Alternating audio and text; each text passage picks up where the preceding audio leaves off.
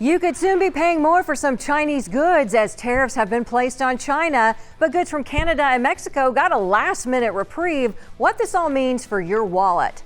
A woman loses thousands of dollars to scammers that fooled her into thinking they were with her bank. How could this happen? Well, we'll show you. A new patient coalition has formed in Texas to help you fight against unfair health insurance claim denials. And you hop on exercise equipment to track your progress, but is your treadmill really tracking you?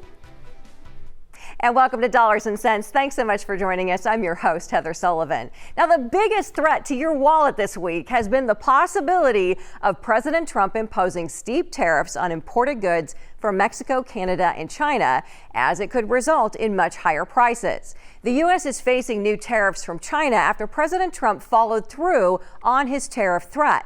Now, meanwhile, a looming trade war here in North America is on hold, at least for now. Fox's Doug Luzader has more. China hopefully is going to stop sending us fentanyl, and if they're not, the tariffs are going to go substantially higher. The White House says this is a drug war, not a trade war, but more tariffs are on the way for the U.S. too. China just retaliated, announcing new tariffs of their own targeting U.S. coal, among other products, and launching an antitrust investigation into Google. But for now, this is limited to China. After speaking to the leaders of Mexico and Canada, Trump backed away from new tariffs here in North America, winning new commitments to secure the northern and southern borders. We don't have a fourth branch of government called Elon Musk, and that's going to become real clear. The Democrats, meantime, were furious after more drama at the U.S. relief agency USAID and billionaire Elon Musk's efforts to shut it down. It distributes billions and billions of dollars in relief programs around the globe. The Trump administration describes it as a rogue agency that wastes tax dollars. $70,000 for a production of a DEI musical in Ireland, $47,000 for a transgender opera in Colombia, $32,000 for a transgender comic book in Peru. I don't know about you, but as an American taxpayer, I don't want my dollars going towards this crap, and I know the American people don't either. That was Doug Luzader reporting, and we'll continue to keep you posted on potential tariffs and how they could impact your budget. Now, only on Fox, a Houston woman says she lost thousands of dollars of her savings in an elaborate scheme. This is a bank impersonation scam that's really hitting around the country, and now it's hit here in Houston. Fox 26's Randy Wallace spoke with the woman about the warning that she now has for you. At no point during this call did I feel like I was being lied to. The number that appeared on Heather Sanders' phone belongs to Wells Fargo. She says she even called the man back on that number. He was telling her about Zelle transactions Heather says she didn't make. He did not ask me to verify anything on my account. He was already in my account. Next, Heather says the caller sent her several texts. Each text would have a merchant number, where it was going. Please allow 24 hours for the money to be put back into your account. The caller told Heather to cut her card in half, put it in an envelope, and a courier was on his way to get it. What he told me was that Wells Fargo was getting really tired of scammers getting away with it, and that by sending them my card that they had, it sounds silly now, they had special tools that they could put the card in, and they could trace back exactly where it was skimmed. Two different couriers show up. Heather wasn't home for the first one, who looked under her welcome mat. I made the mistake is I didn't cut the chip in half. I just cut the card in half, like he said. Heather says the caller told her they were overnighting her a new debit card. Put your old PIN in the phone, so I dialed it in the phone. He said, okay, now pick a new PIN, do that twice, push pound. I did. And he said, okay, we're all set. I'll give you a call at 8:30 in the morning, and I'll let you know what we find out. The caller didn't call back the next morning. Instead, the thief or thieves withdrew $2,500 at Kroger, $900 at H-E-B, and $1,000 from a Wells Fargo ATM. Heather says the thief was able to transfer her savings into her checking. She lost more than $4,000. In a letter to Heather, Wells Fargo states, "We understand you unknowingly participated in a fraud scheme. While you may have acted in good faith, we can't assume liability for financial transactions a customer negotiates or otherwise authorizes with unknown individuals." We spoke to a spokesperson with Wells Fargo Bank. They told us they were going to take another look at Heather Sanders' case and get back with us in a few days. Randy Wallace, Fox 26 News. All right, and while we're talking about scams, have you received a text message saying you owe a toll? Don't click on it. New toll road scams are sweeping across Texas and the whole country. So let me show you exactly what they look like. This is something that one of our newsroom employees received. This text message, and it looks very real, doesn't it? It says it's from TextTag, and your vehicle has been recorded using the Texas toll roads. To avoid late fees of $35, please settle your balance by visiting the link below. Well, TextTag has issued a warning that these texts are part of a toll scam, and they're hitting Easy Pass and other toll users around the country. The link takes you to a fake toll operator website and then asks for your credit card and a password that'll be sent via SMS to your phone. Investigators say Chinese smishing groups have been selling thousands of smishing kits to help scammers send out these text messages. Typically, there's a sense of urgency in these messages asking you for, to make a payment. Otherwise, urgent actions such as losing your license or additional fines may be imposed. Typically, these include a link for payment information, really to a website that looks like your toll provider, but is a spoofed website and essentially is asking you to submit your credit or debit card information. And once you enter your information, they can steal your money and they can even take out lines of credit in your name. So here's some tips from cybersecurity experts if you do get one of these texts. First, I want you to just ask yourself, was I on this toll road? Take a minute, think about it. Check your real account with your toll operator's website. Never click on links from texts or give out any personal information. And be sure that you have installed strong antivirus software on all of your digital devices. Well, the recent murder of the United Healthcare CEO has ignited a nationwide discussion on the issue of health insurance claim denials. A Kaiser Family Foundation study found 18% of adults say they've had a claim denial just in the last year. A new patient coalition has formed in Texas to fight for patients. And a Houston woman who has battled insurance claim denials throughout her life tells us that's why she's joining the fight. I was born with a heart defect, and that's kind of, right when stuff starts. My parents learned immediately, insurance was going to be involved from the get-go because I was going to have surgeries. I had a long hospital stay when I was born. Megan Kohler says that she and her family have had to battle health insurance denials throughout her life. Then the biggest one is I was put on the heart transplant list when I was 14, and insurance originally wanted us to go out of state. We live in Texas. We have Texas Children's Hospital here, which is wild to think about because when you're on a heart transplant list, you don't know when you're getting the call. So we could have been there for days, it could have been years. She says her family was finally able to get the heart transplant covered in Texas, but she says she's faced more fights for insurance authorizations and claims as an adult, first with Crohn's disease. That has led to its own slew of insurance issues with getting medications approved. And then I had Hodgkin's lymphoma, and getting chemo approved apparently was not the easiest thing either. Megan says she did receive the chemo and other care that she's needed, but always after lots of back and forth with her insurance providers. That's why she's joined the new Texas Coalition for Patients.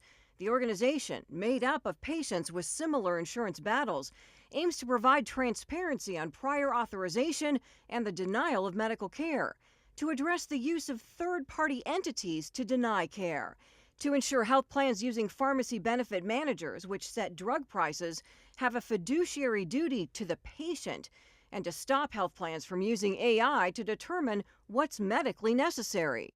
It just breaks my heart that there's people that don't know what all they can do to fight this, because it is terrifying, because you do think it's a life or death situation, and for a lot of people it is. Yeah, it sure can be. And in addition to patients, the Texas Coalition for Patients says its members also include the Texas Medical Association, the Texas Hospital Association, and the Livestrong Foundation.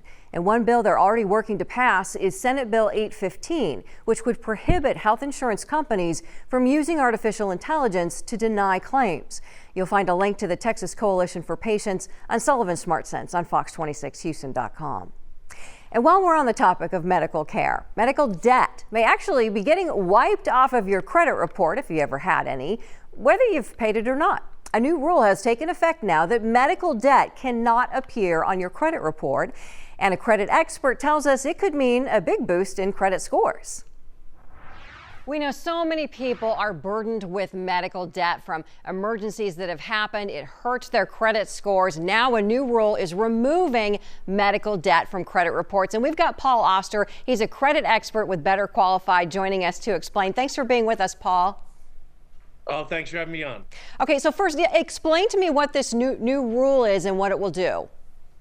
Well, the rule has actually been around for quite some time. It's been modified and changed over the years, but ultimately we got to the best resolution, which was to completely remove medical debt. Most of them are collections from consumers' credit reports. So this is probably one of the biggest wins for consumers when it comes to their credit scores in a couple of decades. I was just going to ask, what kind of an impact can people expect to see on their credit score?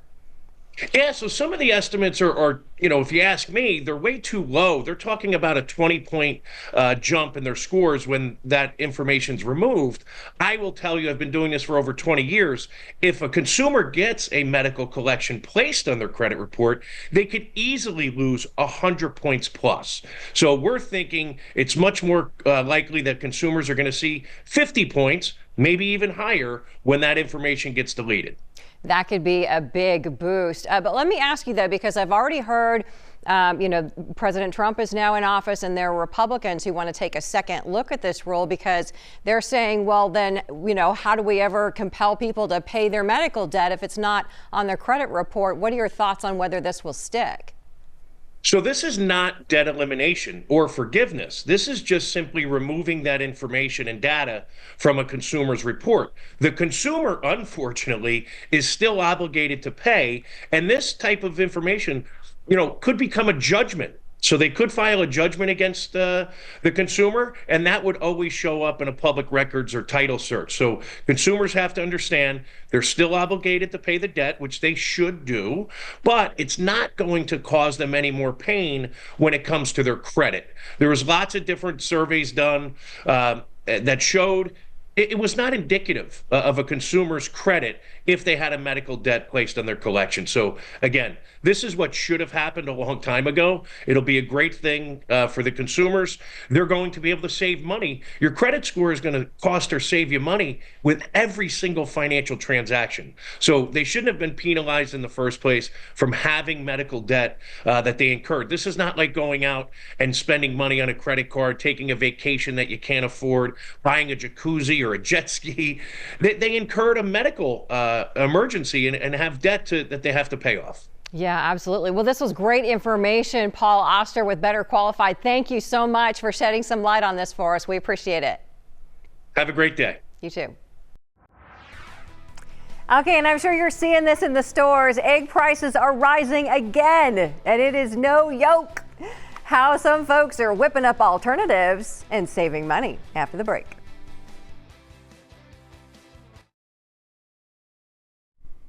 Well, egg prices have shoppers and restaurants doing a double take as multiple economic factors are actually driving up the prices of these incredible edible eggs.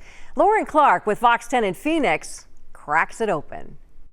And the high cost of eggs are causing some consumers to scramble for alternatives, including backyard chicken coops with chickens like Bella here, who makes eggs for free. Well, it's gone up. At the grocery store. Ridiculous. It's hard to ignore. Almost tripled in prices. The price of eggs. I just paid $5.79, where I used to get a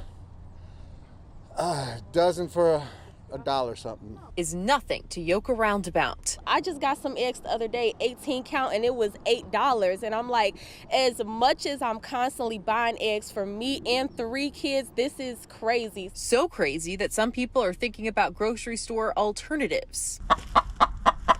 Cost of eating here is tripled. So I'm going back to Oregon where I can raise my own chickens. In a joke the other day with one of my friends, I said I might as well just start investing in my own chickens. According to the Consumer Price Index, egg prices are up a whopping 36.8% compared from this time last year. Experts say bird flu is the main culprit, responsible for the deaths of nearly 20 million egg-laying hens in the last quarter of 2024, according to the Department of Agriculture. They've definitely gone up quite a bit. 5 times roughly since 2019. A price increase that Chris Purcell with Tipsy Egg in downtown Chandler says can sometimes crack into their bottom line. We always try to absorb as much of those costs as we can before passing along to the consumer. But at some point you have to pass it along, right? Yeah. We have to be able to stay in business. Especially in an industry with such slim margins and breakfast spots. One of our Benedicts with spinach, avocado, and tomato. Where they tend to have all their eggs in one basket. Pancakes, and then just our straight egg breakfast, just 2 eggs, bacon. The shopping habits change a little bit, behaviors change for consumers at home. In our industry, it's a little trickier. That requires menu changes. And when you're a breakfast concept, you got to have eggs. So we just have to weather the storm. In fact, the price of eggs caused so much squawking that it caused some cities to change their backyard coop ordinances. Reporting here in Mesa, Lauren Clark, Fox 10 News. All right. Well, if you're still trying to pay off the debt that kind of piled up in 2024, maybe you might want to make 2025 a no-buy year. It is actually a thing. People are doing it. And as Fox's Teresa Priolo shows us, more and more people are jumping onto the no-buy bandwagon. There's a new shopping trend anticipated to take over in 2025. The rise of the Buy Nothing group, which is exactly as it sounds, a way to barter and trade the goods you have for the goods you need or want. Lisa Clark is the CEO of the Buy Nothing Project. The Buy Nothing Project is the world's largest network of gifting communities, which means we are hyper-local gift economies that are in any community that anybody wants to have one. And we enable people to ask for whatever they want, give away whatever they have in excess. Go ahead and search Facebook. There's a good chance every single town or neighborhood around you has a Buy Nothing group, and usually they have thousands of members. Users are trading everything from couches to cookware, from the ordinary to the obscure. We have 1.4 million people who are in the Buy Nothing app and 12.5 million people in Buy Nothing Facebook groups. The whole idea of Buy Nothing groups, or this idea of a gift economy, really goes hand in hand with the idea of underconsumption. But the financial expert I talked to said, really, this all goes back to the economy. I do think this is a year where we are going to see a much more mainstream discussion when it comes to Buy Nothing and Buy Nothing groups, because people are very concerned about inflation. We did think we would see lower prices going forward, but the fact is, when we go to the grocery store, when we go to the mall, when we buy the things that we want to buy, we are seeing those higher prices, and people are just getting fed up. Then there's the idea of saving the planet, consuming less, and for some, it's also a practice in self-control. Teresa Priolo, Fox News.